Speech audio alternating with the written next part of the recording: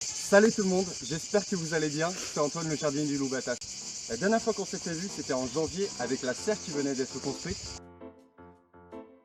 Et aujourd'hui, 6 mois plus tard, il fait beau, il fait chaud et j'ai bien envie de faire un tour avec vous dans le jardin pédagogique pour vous montrer les dernières nouveautés. Ça vous dit? Allez, c'est parti! Le potager continue de se transformer depuis des mois. Il est maintenant 4 fois plus grand avec des palets tout autour pour le protéger des sangliers. Il y a plein de nouveautés qu'on va voir ensemble. Pour commencer, les bacs de culture sont enfin dans leur place définitive.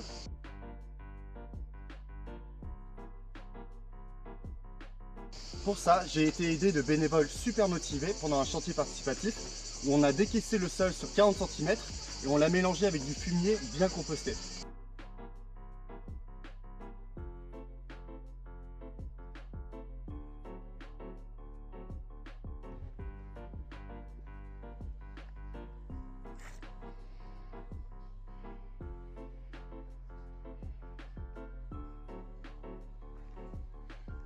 Les tournesols font 3 mètres de haut, ils font de l'ombre-culture, ça c'est assez pratique. Et ils peuvent aussi servir de tuteur pour les haricots par exemple.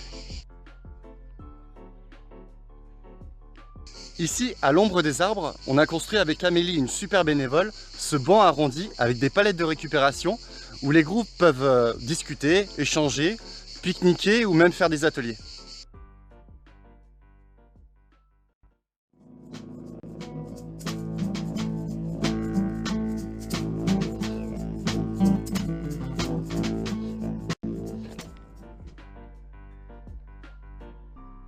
On a aussi construit ces tables qui sont ajustables à la taille des enfants comme des adultes, simplement en la basculant sur le côté, ce qui fait que tout le monde est à l'aise pendant les ateliers.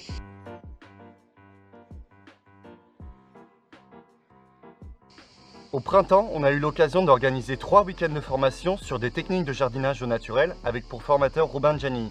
D'ailleurs, si vous vous intéressez au jardinage et à la permaculture, je vous recommande sa page Robin des Jardins. Et les stagiaires, pendant l'un des ateliers pratiques, ont appris à réaliser cette petite mare, et voilà le résultat.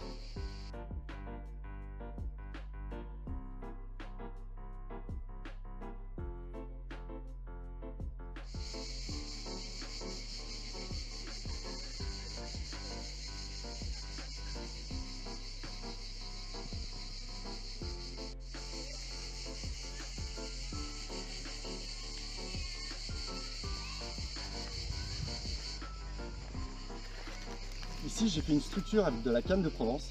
J'adore la canne de Provence parce qu'on peut en récupérer un peu partout. Et ça sert à faire un petit peu d'ombre aux cultures ou encore à tuturer les légumes comme les haricots, les tomates ou les concombres.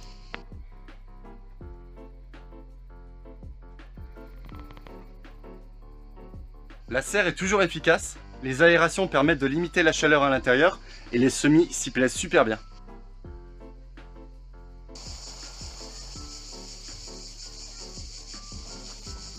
Peut-être que vous vous souvenez de l'année dernière où je parlais d'un minimum d'arrosage. Et ici, je cultive sans aucun pesticide, sans engrais superficiels et avec le minimum d'arrosage. J'arrosais environ une fois par semaine, mais j'observais que les légumes étaient très lents à pousser et ne produisaient pas grand chose. Je croyais beaucoup à un paillage hyper dense qui retiendrait un maximum l'eau dans le sol, ou même à la génétique de la graine qui permettrait de se passer d'arrosage. Mais aujourd'hui, j'ai bien compris que la ressource clé, la ressource numéro 1 pour qu'une plante pousse, c'est l'eau. Les légumes sont constitués de 80 à 90% d'eau, donc leur croissance est directement liée à l'eau qu'ils trouvent dans le sol. Et donc s'il n'y en a pas, ils ne peuvent pas pousser correctement. Bien sûr, il y a des techniques qui permettent de réduire ces arrosages, comme un paillage bien épais ou un sol vivant rempli d'humus. Mais dans notre climat méditerranéen, avec de grosses chaleurs, des pluies qui se font rares et parfois du vent qui augmente encore plus l'évaporation, il ne faut pas hésiter à arroser les plantes pour les aider à grandir comme il faut. Pour passer moins de temps à arroser, j'ai installé ce système de goutte à goutte dans tous les bacs de culture. C'est vraiment très pratique. Dans le jardin, il y a plein de petites bêtes partout, mais pas que. Il y a aussi de plus gros êtres vivants comme des humains qui passent du temps dans le potager. Par exemple, pendant les séjours éducatifs, les enfants viennent mettre les mains à la terre et découvrir le monde fabuleux du jardin pendant des ateliers animés par nos volontaires Yasmine et Alexia et moi-même, et par nos animateurs Michael, Arthur, Simon et Naïla. Ouais, vous en remettez au fur et à mesure de la terre?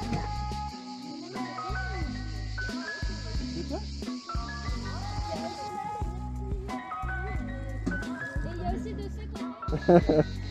Allez.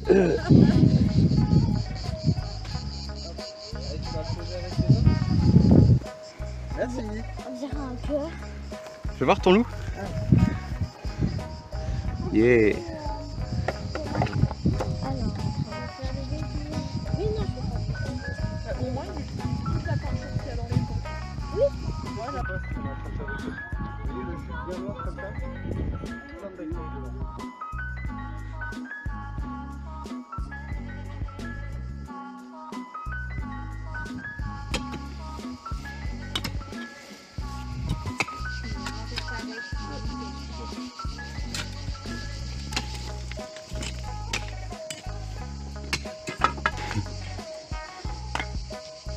Ouais.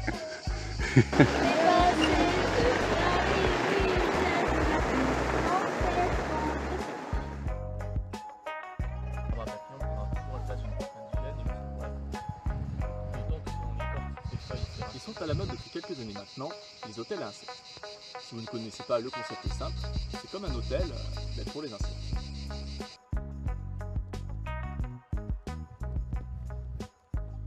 Et voilà pour ce tour du potager et de ces nouvelles activités. Merci à tous les bénévoles qui participent à la constante évolution de ce jardin, qui va continuer à vivre et se développer au rythme des saisons et des rencontres.